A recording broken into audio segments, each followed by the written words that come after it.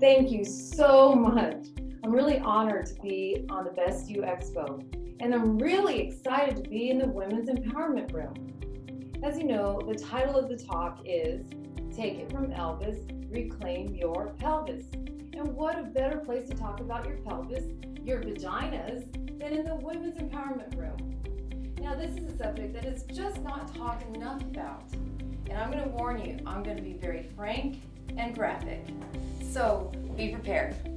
The primary way that we're going to actually improve women's health and quality of life is to talk about it.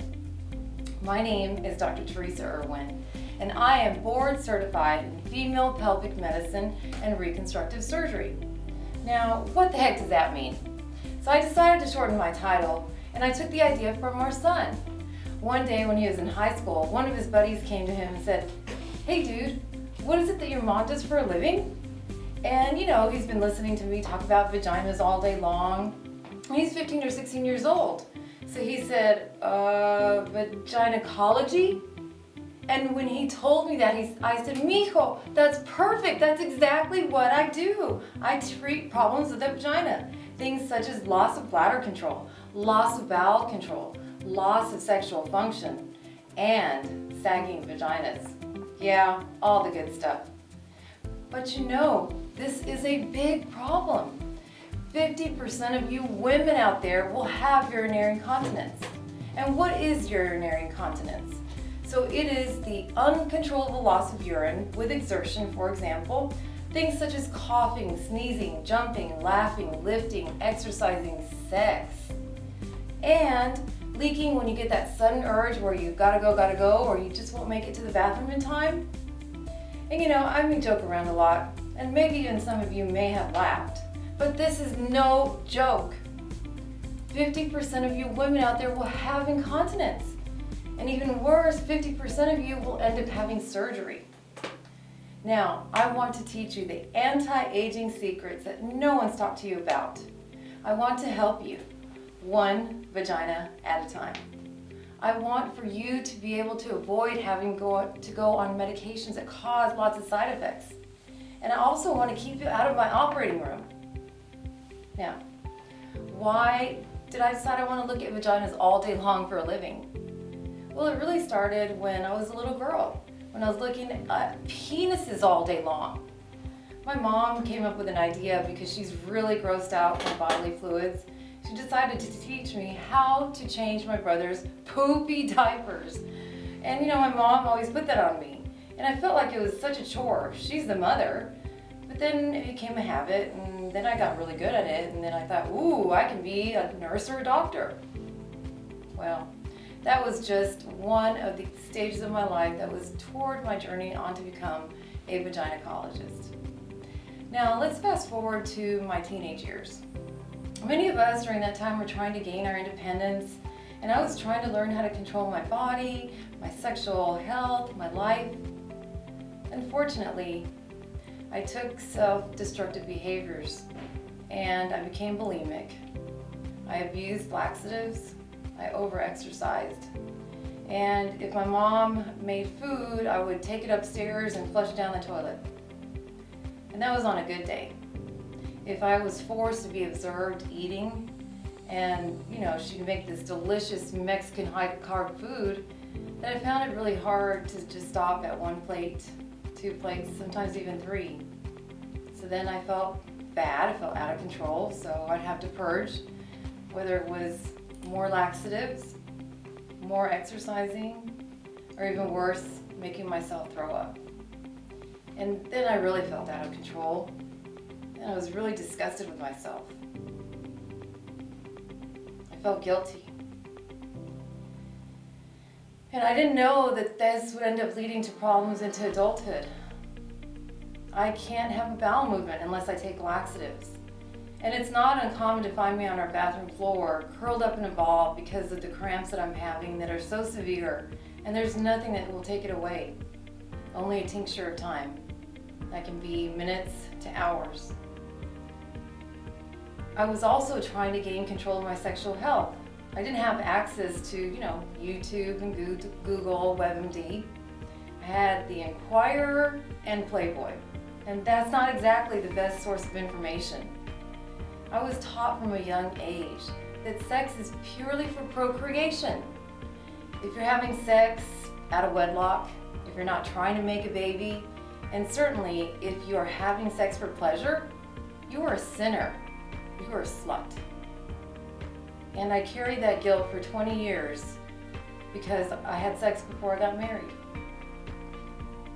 Now, once I did get to college and I was a little more independent, I knew I still wanted to be a doctor, except I didn't know what that really meant, and I didn't want to go 12 years and end up in a career that I was not happy in. So I decided to take the nursing route because I knew I would get an idea of what that meant, and if it didn't work out, I had a great career to fall back on. After nursing assistant, when I graduated, I became a registered nurse, and I was put in charge of the coronary care unit. I was just graduated, and I was working nights at this time. Now, the coronary care unit is like an ICU for heart patients. So I was running the codes. Here I'm this 22-year-old nurse, and I'm telling these people what to do. But honestly, I had the best team. They were kind of telling me what to do. But we were saving lives, and it was such an adrenaline rush. I guess this just solidified my desire to become a doctor.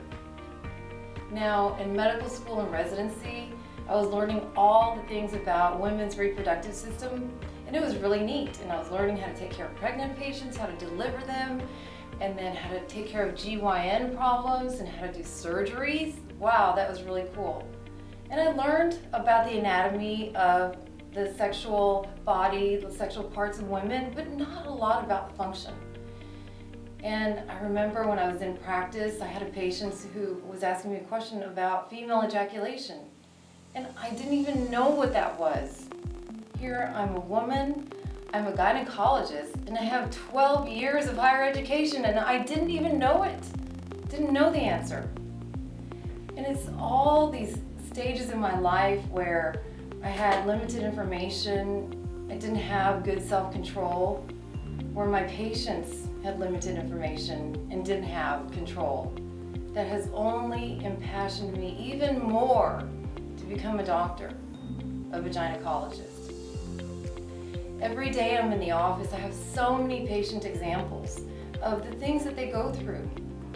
Can you imagine, you're at the movies, you have your 4 and 5-year-old, and all of a sudden you have got to go to the bathroom. So you're not going to leave them by themselves in there, so you lug them with you. And do you think they're going to be quiet? No. Do you think the movie patrons are going to be very happy with you? No. So you go to the bathroom, and not only do you go once, you go 2 and 3 more times. Do you think you're going to want to go take your kids to the movies again? No. Can you imagine? You just arrived home, you have your groceries in your arms, you go up to your front door, put the key in the doorknob, turn the key, and you pee on yourself. Gross! You've got groceries with you. Can you imagine?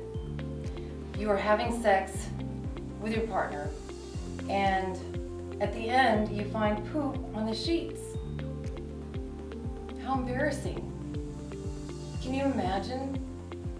Can you imagine that? Probably you can't, because most of you are probably healthy, and I'm so happy for you. I want to transition now into 5 strategies that will help improve your vaginal health, keep it young, and improve your sexual life. So that will be Kegel exercises. Number 2 is the proper peak positions. Number 3 is other exercises other than Kegels. Number 4, hypopressives. And the 5th one is sexercise. Okay, number 1 is Kegels. So as a mother of 3 sons and a grandmother of a 1-year-old granddaughter, I've taught them how to do Kegels. And my granddaughter has a little bit more work to do, but I know she's going to get it. Now, why would I teach boys? Well, women out there, I want you to teach the men in your life. And guys, pay attention, because the things that I will teach you will make your boner last longer. Now, many of you have heard that Kegels will help in the areas that I've described, but most of us do it incorrectly. And I'll be the first to admit that I did until I actually delved into my subspecialty. So let's go over a little anatomy review. This is Tina. Tina says hello. So we have 3 orifices that I want to show you on the female pelvis. We have the pee hole or the urethra, which is at the very top. So the urethra is where we pee through. Then we have the vagina, but the vagina is inside, it's the tube. This is the vaginal orifice. And lastly is the anus, and that anal canal is inside, it's the orifice. Those are the 3. Okay, so most of us have been taught to squeeze the urethra when you're doing your Kegel exercise, but that's not correct. You want to squeeze your anal sphincter. Yes, the anal sphincter. Why? Well, look at the anatomy. You have many more muscles. They're bigger, much bigger than the muscles that surround the urethra. So by doing so, you actually activate and improve the pelvic floor health of 70% of the pelvic floor muscles, while doing Kegels using the urethra is only 30% of the pelvic floor muscle strength. Okay, so to do your Kegel exercises, and these are slow twitch muscle exercises, you're going to pretend like you're on an elevator. So you'll start on the ground floor, and when you get to the first floor, you're going to squeeze just a little bit. You go to the second floor, just a little bit more, and then third floor, a little bit more, so incrementally until you get to the 10th floor. Once you're there, then hold it. Squeeze your anal sphincter for 10 seconds. Now you may not be able to do it the whole time, but just do as much as you can. And then release over the course of 5 seconds. So that's the correct way to do slow twitch muscle exercises. Now we're going to go on to strategy number 2. Did you guys know that there's 5 ways that women can pee? Now most of us are taught when we're little girls, how to pee very prim and properly, and you sit straight up on the toilet, and that's how you're taught to behave in public. It's wrong. What happens is if you sit straight up, you're going to not empty your bladder fully. So the first pee position that I'm going to go over with you is the leaning forward position, and I like to call it the cowboy squat. So you simply open your legs up, bend forward, put your knees up, put your elbows above your kneecaps, and feet flat on the floor and pee. If you're in a public restroom, then just lift your buttocks off and pee. Now, pee position number 2 is what I call the reverse cowgirl position, and technically it's called the reverse toilet position. So you turn 180 degrees around, you hug the toilet tank and lean forward and pee. Same thing about the public part. Just lift your buttocks off the toilet seat. The next position is the standing squat. So what you do is you stand on the toilet seat and literally squat and pee. Now be careful because this one is a little more dangerous. Now, pee position number 4, and that is the hands-free position, which is what I call it. It's called the standing position, but it's really not hands-free.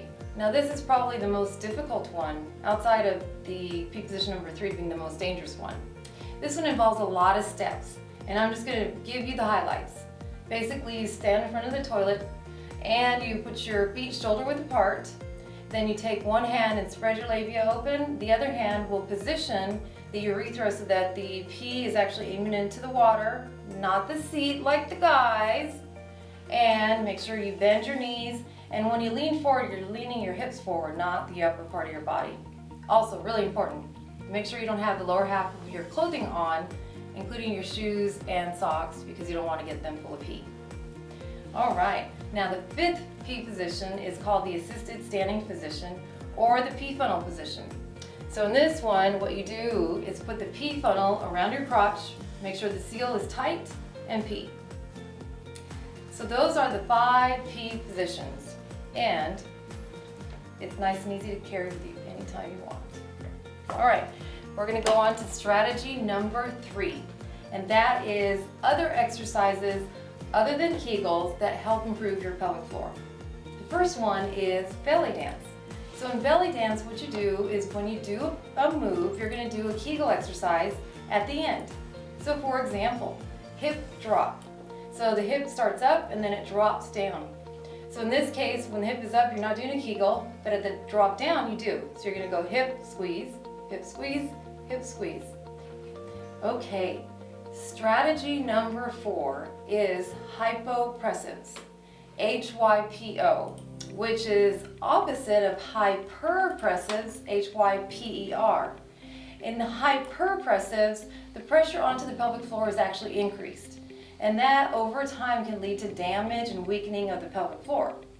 With hypopressives, it's reducing pressure off the pelvic floor. And in fact, this is probably the best type of exercise to do to reverse mild prolapse or sagging vagina. So I'm going to turn to my side, and with your feet shoulder width apart, you're going to bend your knees and lean forward. But on this one, instead of pushing your hips forward, you're going to push your upper body forward. And we're going to bend our elbows, and your fingertips should be pointing the floor. Then what you will do is elongate your neck so that you get taller. Once you do that, also tense every single muscle to the point that if someone were to try to push your arm forward, they barely can do it, if at all. Okay, so then you're going to do 3 deep inhalations and exhalations, and it's going to be 5 seconds in, 5 seconds out. At the end, you're going to hold your breath. We call that apnea. And at the same time, you're going to suck your stomach in so that your ribs are showing and they are pulled apart, and add a Kegel. Strategy number 5 is sexercise.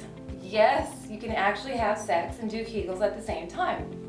Now remember earlier I talked about squeezing your anal sphincter. So for this one, we're going to do what's called quick flicks. And you're going to squeeze your P sphincter.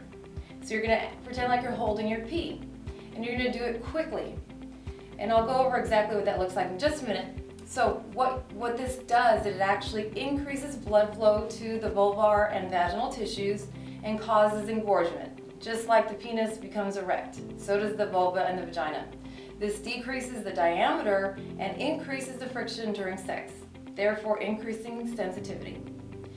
So when you do a quick flick, what you will do, and I'm going to exaggerate using my tummy, is pretend that my tummy is the urethra. So you're going to go squeeze, squeeze, squeeze, squeeze. So you do that quickly, as quickly as you want, but don't go slow.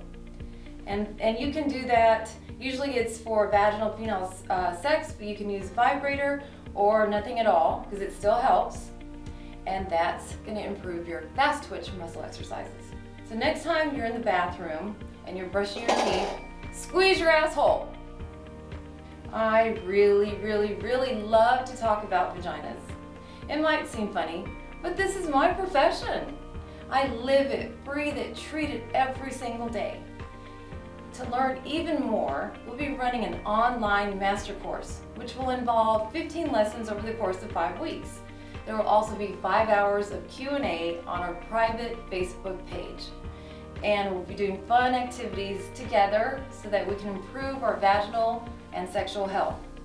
You can sign up through our website, which is in the chat box. If you care about female issues, you want to improve women's lives, I would love for y'all to join my network.